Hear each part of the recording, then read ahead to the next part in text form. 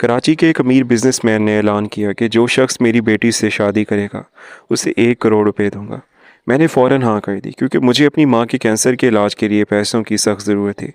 शादी के बाद जब मैं पहली बार अपनी दुल्हन के आलीशान कमरे में गया तो उसने मुस्कुरा कर मुझे सलाम किया।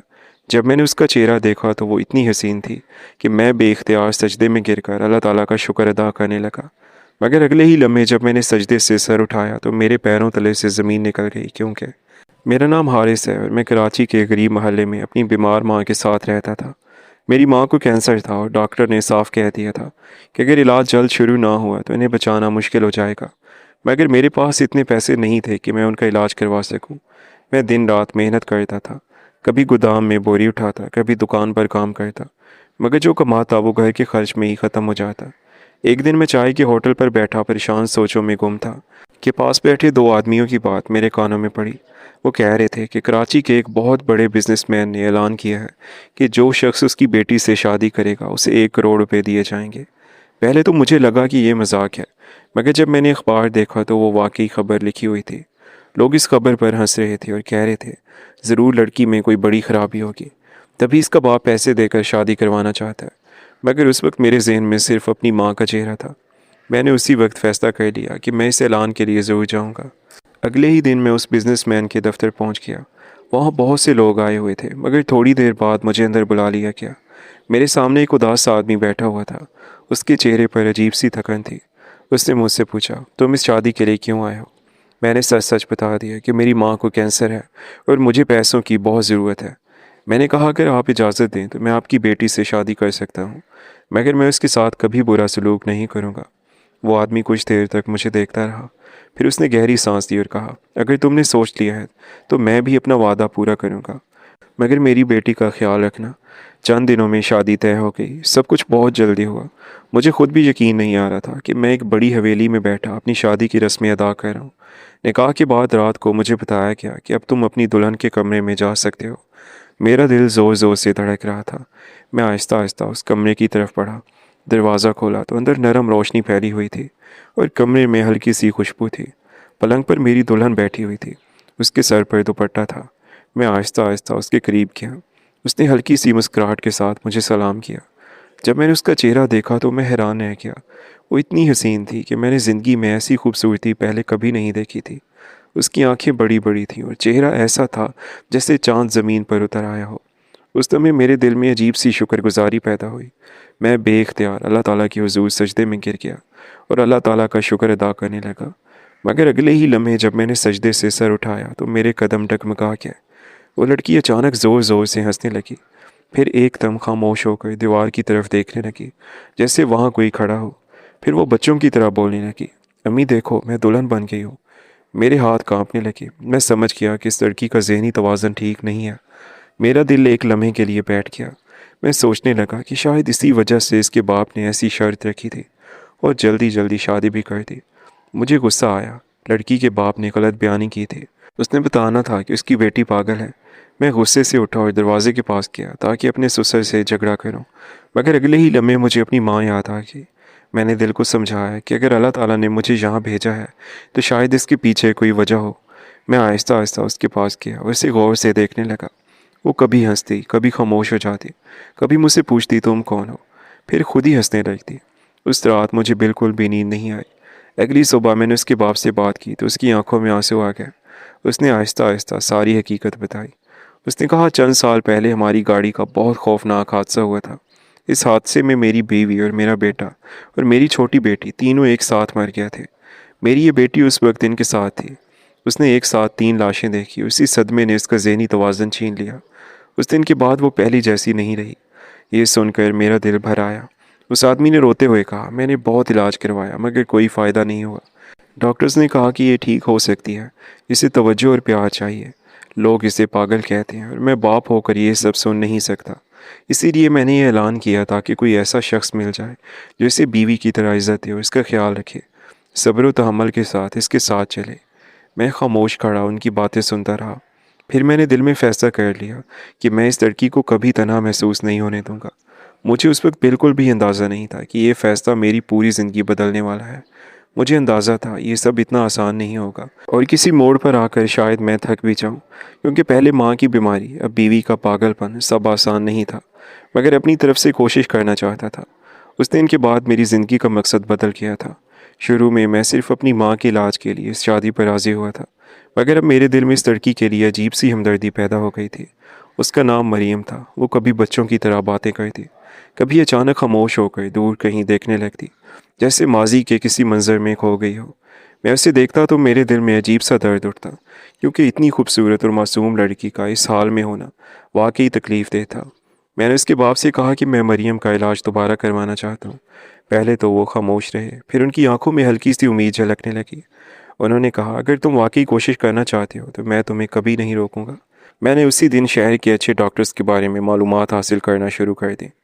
कई डॉक्टर्स ने फ़ाइल देखकर कहा कि ये सदमे की बीमारी है और इसे ठीक होने में बहुत वक्त लग सकता है। मगर एक डॉक्टर ने कहा कि अगर मुसलसल इलाज और प्यार मिले तो उम्मीद है कि वो आहिस्ता आहिस्ता बेहतर हो सकती है। ये सुनकर मेरे दिल में उम्मीद की एक रोशनी जाग गई। मैंने इलाज शुरू करवा दिया। शुरू के दिन बहुत मुश्किल थे। मरियम अक्सर दवा लेने से इनकार कर देती, कभी अचानक रोने लगती, कभी हंसने लगती, मगर मैं सब्र से उसके पास बैठा रहता, उसे आहिस्ता आहिस्ता समझाता, कभी उसे बाग में ले जाता, कभी उसके साथ बच्चों की तरह बातें करता, ताकि उसे तन्हाई महसूस ना हो। वक्त आहिस्ता आहिस्ता गुजरता रहा। कुछ महीनों बाद मैंने महसूस किया कि उसके रवैये में थोड़ी सी तब्दीली आ रही है। वो पहले की तरह हर वक्त बेतरतीब बातें नहीं करती थी। कभी कभी वो खामोशी से मुझे देखती और गहरी सोच में चली जाती। मुझे लग रहा था जैसे मेरी मेहनत रंग लाने लगी है। मैंने इलाज जारी रखा। डॉक्टर्स भी हैरान थे कि मरियम की हालत पहले से बेहतर हो रही है। उसके बाप अक्सर हमें दूर से देखते रहते। उनकी आंखों में हमेशा शुक्रगुजारी होती थी, क्योंकि शायद उन्हें यकीन नहीं था कि कोई शख्स पैसे लेकर भी उनकी बेटी का इस तरह ख्याल रखेगा। उधर मैंने अपनी माँ का इलाज भी शुरू करवा दिया था, क्योंकि शादी के फ़ौरन बाद मरियम के बाप ने वादे के मुताबिक पैसे दे दिए थे। मगर मैंने वो पैसे सिर्फ अपनी माँ पर ही नहीं बल्कि मरियम के इलाज पर भी खर्च किए, क्योंकि अब वो सिर्फ एक ज़िम्मेदारी नहीं बल्कि मेरी ज़िंदगी का हिस्सा बन चुकी थी। महीने गुजरते गए। मरियम की हालत रोज़ बरोज़ बेहतर होती गई। अब वो पहले की तरह चीखने या बेरब्त बातें करने की बजाय आहिस्ता आहिस्ता नॉर्मल बातें करने लगी। एक दिन वो आईने के सामने खड़ी खुद को देख रही थी। मैं कमरे में दाखिल हुआ तो उसने मेरी तरफ देखकर आहिस्ता से कहा, क्या वाकई हमारी शादी हुई है? उसने कुछ लम्हे मुझे देखा, फिर उसकी आंखों से आंसू बहने लगे। उसने कहा, मुझे याद आ रहा है, वो हादसा, वो सड़क, वो चीखें, और फिर अम्मी और भाई बहन की लाशें। मैंने डर कर आंखें बंद कर ली। मैं फ़ौरन उसके पास किया और आहिस्ता से कहा, अब सब ठीक है, तुम अकेली नहीं हो। उसने पहली बार मेरा हाथ मजबूती से थाम लिया। मैंने उससे कहा कि तुम जाने वालों के पीछे अपना सुध बुध खो बैठे हो। कभी अपने बाप के बारे में सोचा, जिसकी तुम जिंदा बचाने वाली वाहिद औलाद हो? तुम्हें इस हाल में देखकर उन पर क्या बीत रही होगी? मैंने मरियम को प्यार से समझाया, देखो मरियम, मौत तो बराक है। हर इंसान को मौत का मज़ा चखना है। कोई आगे जाता है, कोई पीछे, हम सब ने मरना है। लोगों के साथ ऐसे हादसे हो जाते हैं कि उनका नाम लेने वाला भी पीछे कोई नहीं बचता। माना कि हादसा बहुत बड़ा था, मगर हकीकत ये है कि किसी के जाने से ज़िंदगी ख़त्म नहीं हो जाती। अल्लाह ताला ने तुम्हें ज़िंदगी दी, तुम अपनी माँ बहन भाई के लिए साले सवाब से सदका खैरात करो, उनकी मग़फ़िरत की दुआएं करो। जो लोग चले जाते हैं उनको दुआओं की बहुत ज़रूरत होती है। मेरे वालिद मुझे छोड़कर चले गए थे जब मुझे उनकी बहुत ज़रूरत थी, मगर हम अल्लाह ताला के फ़ैसलों की मुखालफत नहीं कर सकते। मैं चाहता हूँ तुम ठीक हो जाओ, हम नई ज़िंदगी शुरू करें, हमारे बच्चे हों, इस घर में रौनक हो। मेरी बूढ़ी माँ और तुम्हारा बूढ़ा बाप, जिन्होंने ज़िंदगी में बहुत दुख देखे, अब हम लोग ही हैं जो उनके दुख और तन्हाई को बांट सकते हैं। मरियम गौर से मेरी बातें सुन रही थी। उस दिन के बाद मरियम तेज़ी से बेहतर होने लगी। वो अपने बाप के साथ वक्त गुजारती, कभी अम्मी के पास बैठ जाती। सबकी तवज्जो, प्यार और इलाज से वो बेहतर हो गई। वो अब घर के कामों में दिलचस्पी लेने लगी थी। कभी मेरे लिए चाय बना देती, कभी बाग में पौधों को पानी देती। उसकी हंसी अब पहले की तरह मासूम और पुरसुकून हो गई थी। एक दिन डॉक्टर ने हमें बुलाया और मुस्कुरा कर कहा, मुझे लगता है मरियम तकरीबन ठीक हो चुकी है। अगर यही माहौल और ख्याल रखा गया तो वो मुकम्मल तौर पर नॉर्मल ज़िंदगी गुजार सकती है। ये सुनकर मरियम के बाप की आंखों में आंसू आ गए। वो मेरे पास आए और मेरे कंधे पर हाथ रखकर बोले, बेटा, मैंने तुम्हें पैसे देकर अपनी बेटी के लिए एक शौहर ख़रीदा था, मगर तुमने साबित कर दिया कि तुम सिर्फ पैसों के लिए यहाँ नहीं आए थे। अगर तुम चाहते तो पैसे लेकर जा सकते थे, मगर तुमने मेरी बेटी को नई ज़िंदगी दी। वक्त गुजरता गया और घर की फ़ज़ा आहिस्ता आहिस्ता बदलने लगी। पहले इस हवेली में अजीब सी खामोशी रहती थी, जैसे दीवारों में भी दुख बस किया हो। मगर अब मरियम की हंसी कभी कभी सहन में गूंजने लगी थी। वो कभी मेरे साथ बाग में बैठ जाती, कभी अपने बाप के साथ पुरानी तस्वीरें देखने लगती और आहिस्ता आहिस्ता अपने दिल का बोझ हल्का करने लगी। एक दिन शाम के वक्त हम सब सहन में बैठे हुए थे। हल्की सी हवा चल रही थी और मरियम दरख्त के नीचे खड़ी पौधों को पानी दे रही थी। मैं उसे खामोशी से देख रहा था। मुझे वो रात याद आ गई जब मैं पहली बार उस कमरे में गया था। उसे देखकर सजदे में गिर गया था और फिर अगले ही लम्हे उसकी हालत देखकर मेरे कदमों तले से ज़मीन निकल गई थी।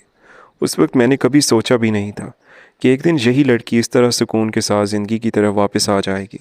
मरियम के बाप अक्सर मुझे देखते तो उनकी आंखों में अजीब सी मोहब्बत और एहतराम होता। एक दिन उन्होंने मुझे अपने पास बिठाया और कहा, बेटा तुमने मेरी बेटी को सिर्फ ठीक ही नहीं किया बल्कि मुझे भी दोबारा जीने की वजह दे दी है। मैंने तो समझ लिया था कि मेरा घर हमेशा के लिए उजड़ गया है, मगर आज जब मैं तुम दोनों को एक साथ देखता हूँ तो मुझे लगता है कि अल्लाह ताला ने मेरे घर की रौनक वापस कर दी है। मैंने उनकी बात सुनकर खामोशी से सर झुका लिया, क्योंकि हकीकत ये थी कि उस घर ने भी मुझे बहुत कुछ दिया था। मेरी माँ का इलाज भी चल रहा था और वो भी पहले से बेहतर महसूस करने लगी थी।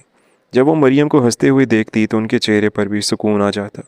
एक दिन मरियम मेरी माँ के पास बैठी उनके हाथ दबा रही थी और मेरी माँ उसे प्यार से देख रही थी। इस मंज़र को देखकर मुझे ऐसा लगा जैसे हमारी टूटी हुई ज़िंदगियाँ आहिस्ता आहिस्ता जुड़ रही हैं। उस दिन मरियम ने मुस्कुरा कर मुझसे कहा, हारिस अगर तुम उस दिन हिम्मत हार जाते तो शायद मैं कभी ठीक ना हो पाती। मैंने उसकी बात सुनकर कहा, नहीं मरियम, असल में अल्लाह ताला ने हमें एक दूसरे की ज़िंदगी में भेजा था ताकि हम एक दूसरे का सहारा बन सकें। उसने खामोशी से मेरा हाथ थाम लिया और उसकी आंखों में शुक्रगुजारी के आंसू आ गए। उस समय मुझे यकीन हो गया कि कभी कभी इंसान किसी मजबूरी में जो रास्ता इख्तियार करता है वही रास्ता उसे ऐसी खुशी तक पहुंचा देता है जिसका वो कभी तसव्वुर भी नहीं करता।